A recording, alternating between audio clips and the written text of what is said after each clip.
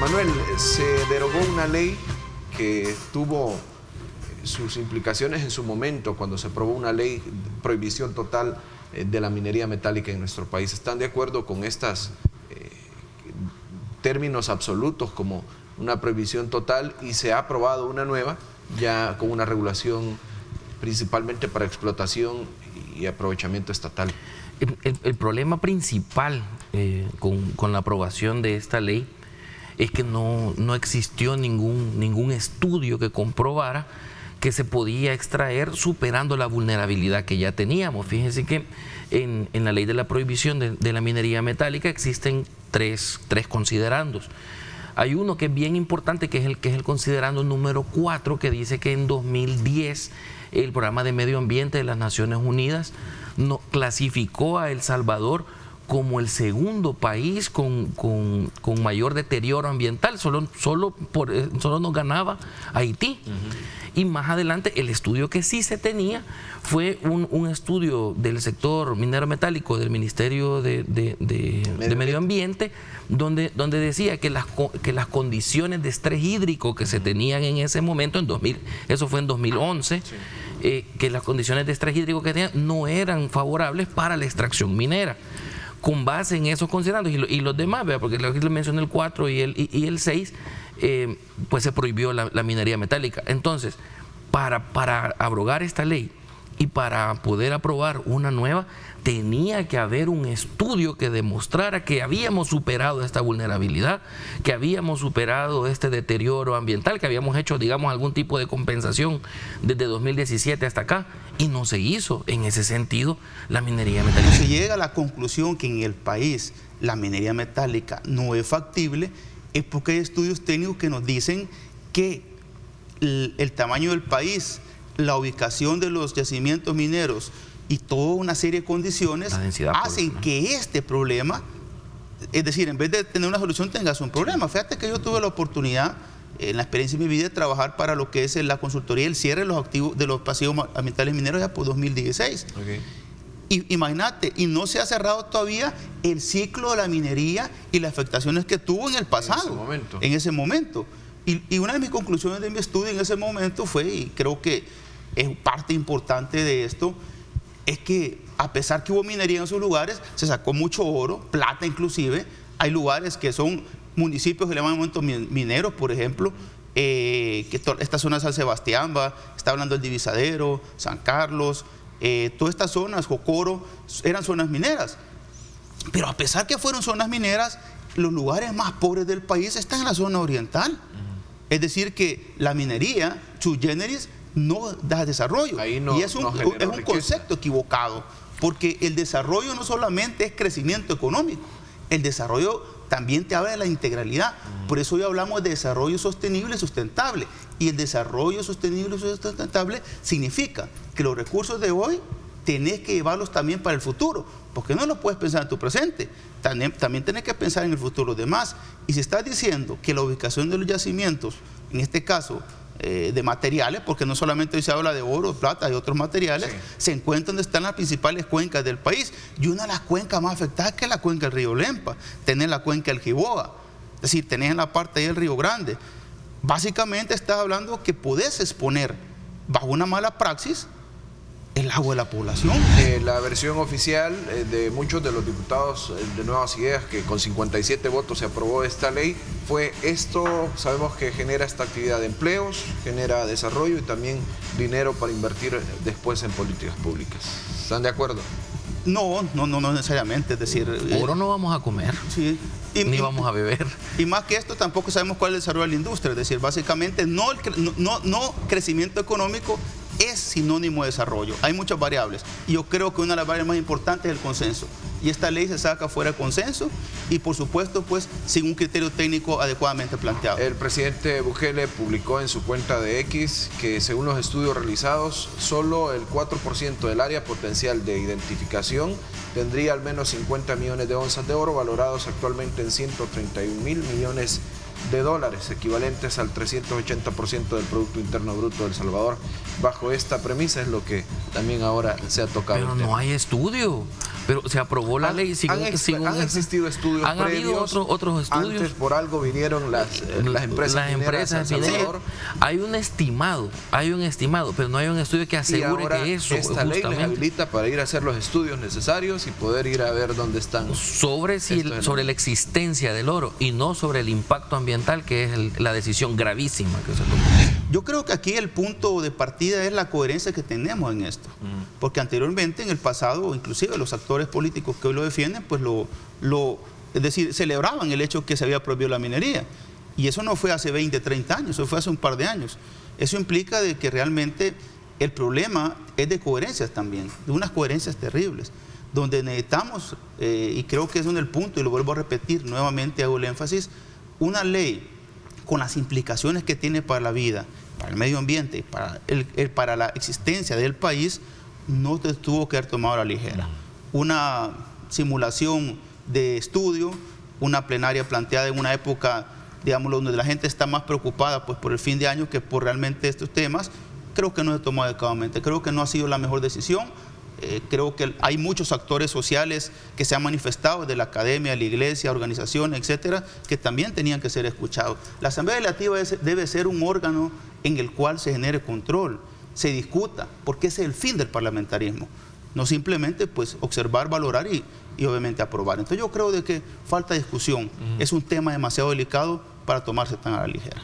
Vamos a tener que esperar los estudios. Ojalá que el presidente escuche pues, a la población y que vete esta ley o que la mande hasta que se haga algún tipo de estudio. Es el paso que sigue. Pero si él la promulgó, no pues, es algo que se pueda esperar. Pero si escucha a la población verdaderamente, a la Iglesia Católica, a toda la gente que se está pronunciando sobre esto, podría vetarlo y decir, miren, no, hagámoslo bien entonces, hagámoslo con el estudio. Eso es lo único que nos está quedando.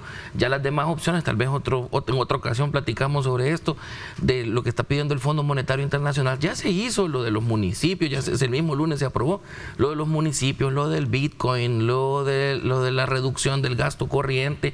Eso ya se está haciendo. Lo de la minería no está incluido entre lo del fondo. Podría hacerse un estudio más detallado, esperar y tomarse su tiempo para aprobar esta ley o para desecharla por completo y continuar con la prohibición, porque no es viable y porque el impacto podría ser demasiado grave y nos puede salir más cara la medicina que la enfermedad. La ley como tal o estas reformas, ¿cómo las analiza, abogado? Fíjense que el salvadoreño, pues como tal, ya somos violentos con alcohol, sí. Pues nos descontrolamos un poco más y justo la función de la ley es regular la conducta tal cual. Sí. Ahora, el problema es que, como ya es costumbre en esta Asamblea Legislativa, todavía es una medida un tantito inmediatista, ¿verdad? Porque el cero tolerancia y no regular aquellos casos especiales, sí, de los medicamentos y hasta los endovenosos. Bueno, y aún más importante, habrá que esperar y aclarar, porque en torno a eso no hay estudios per se que lo digan, porque incluso el examen que Embrea enviaba el Ministerio de Salud decía que era poco probable o improbable que un medicamento fuera a dar. Claro, pero la ley no lo prevé. Hay muchos mitos en torno a esto. Pero la ley no lo prevé. Esos casos especiales se arreglan con una frase en el artículo, salvo los casos determinados y especiales. De hecho, como la reforma al 147E, que esta sí es una ley penal en blanco también, porque remite al reglamento de tránsito, es allá en el reglamento de tránsito donde se deben de determinar estos casos especiales, que no se hizo tampoco. Y lo que lo vuelve más grave todavía es que los diputados, ellos no están obligados a cumplirlo. Sobre eso se hizo la propuesta de que se quitaran el fuero y que la cumplieran también la de cero tolerancia, y esa ya no tuvo aprobación. Y entonces, esto es sobre una ley secundaria, está sobre una premisa constitucional, que es el fuero. Sí, pues podrían ellos quitarse el fuero, al menos en este caso, que son los casos especiales a los que hago referencia. Se pudo haber hecho una excepción para este caso. ¿Hay a manera sí, no hay excepciones constitucionales, pero sí se pueden hacer excepciones a los casos específicos de ley. Cero tolerancia significa cero tolerancia, ocupar el fuero para una ley de cero tolerancia, que también recordemos que se aprobó con fundamento de orden público, y el orden público sí tiene un fundamento constitucional donde cabría esa excepción. El vacatio legis es un periodo de tiempo, como recordemos que no se puede alegar ignorancia de la ley. Entonces el vacatio legis es como el tiempo que se establece para la socialización de la ley, para que la gente se entere de qué es lo que está pasando, cuáles son las implicaciones. ¿Verdad? Ahí anda, el vacatio legis a veces se establece en la misma ley cuando se establece el periodo previo a la vigencia, y por regla general cuando no se establece de 8 días. Ahora, ¿qué es lo que sucedió con esta ley? Número uno, recordemos que estamos en régimen de excepción. Tenemos suspendido este tipo de medidas, se pueden hacer solo con la certificación del diario oficial. Número dos, se consignó esta reforma se consignó como una reforma de orden público. Ya lo estableció la Sala de lo Constitucional, que las leyes de orden público son de inmediata aplicación, e incluso suspenden el principio de irretroactividad de la ley. Quiere decir que la gente que estaba cumpliendo procesos por, digamos, lesiones, por conducción temeraria, al momento de la aplicación ya se le pueden aplicar estas normas, podrían aplicársele estas normas. Y podría decir la gente, pero mire, ¿dónde estaban sus garantías procesales? Estamos en régimen de excepción, esas garantías están suspendidas de momento. Así es como funciona, al menos en términos técnicos y legales, la aprobación de esta reforma. El costo también que genera en la salud pública, en la atención de esta cantidad de personas lesionadas. No hemos hablando de estas reformas, del cambio el monto de las multas. Ahora la mínima de 50, la grave de 100 y la muy grave de $150. También esto hace que la gente empiece a recapacitar en torno a cómo anda manejando. Obviamente le tocan el bolsillo a alguien, pues le van a tocar todo. Pues en este caso los cambios son onerosos. Muchos han criticado que no está en correspondencia con la realidad salarial del país, ¿verdad? Pero igual, como le digo, aquí la educación vial ha sido una deuda pendiente históricamente, y creo que educarnos vialmente es una tarea también pendiente, y por supuesto es algo que tiene que tomarse en cuenta. Ahora, también hay que valorar y considerar que el objetivo que se percibe es reducir el riesgo, es reducir las muertes, y esto es un factor que sin duda puede afectar. Yo pienso de que la proporcionalidad de las leyes tiene que también estar en correspondencia con la realidad de los países, y eso también hay que discutirlo y verlo en términos económicos y cuánto implica en la persona ese factor. Así que también es un tema que la gente tiene que valorar al momento es decir, ahorita creo que toda la gente ha ido a cambiar luces, ha cambiado esto y empieza también a redactarse, y creo que es un punto que favorece, pero también hay que ver la parte económica y la realidad del país. Ya están funcionando, pero no se tenía una legislación como tal para que pueda sustentar esta multa.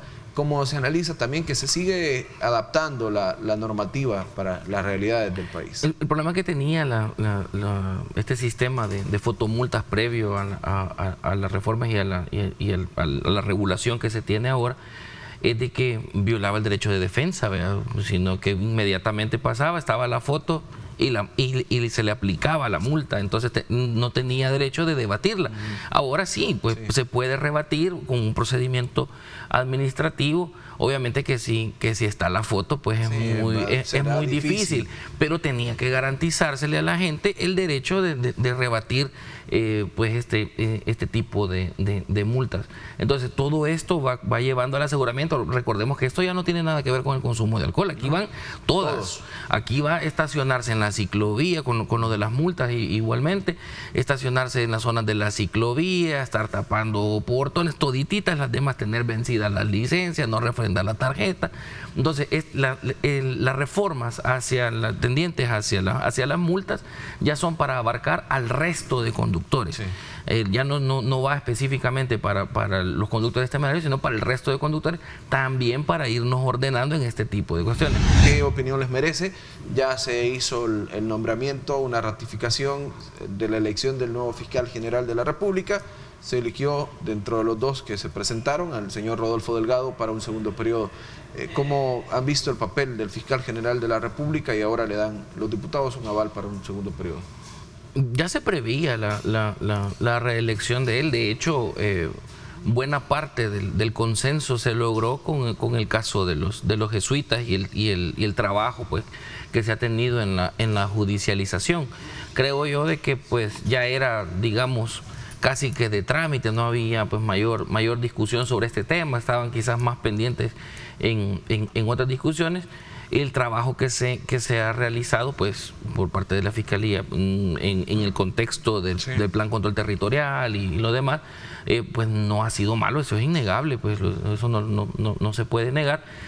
Tiene un par de contrastes, vea, el nombramiento, porque como él asumió después de la destitución del otro fiscal, tiene sus contrastes, pero digamos que a partir de este momento ya ha sido ratificado tal cual por los mecanismos preestablecidos. Esperamos pues que el contexto de seguridad y el trabajo de la Fiscalía continúe como hasta hoy. Digamos que el fiscal tiene un papel importante en la Contraloría del Estado, ¿verdad? Es la garante del Estado en el sentido de los intereses del Estado. Era preveíble que iba a ser el licenciado Delgado, la persona que iba a estar ahí. Por supuesto, los retos que tiene son grandes y yo creo que en buena parte, por ser una pieza clave en el viaje de la política de seguridad, iba a ser él. Sin embargo, hay temas pendientes en Fiscalía que son fuertes, el tema de la corrupción, por ejemplo, que se planteó la corrupción, el tema del acceso a la justicia en cuanto a lo que son los inocentes que están encarcelados, y creo que hay muchos señalamientos que también tienen que ser retos importantes para la gestión que tiene.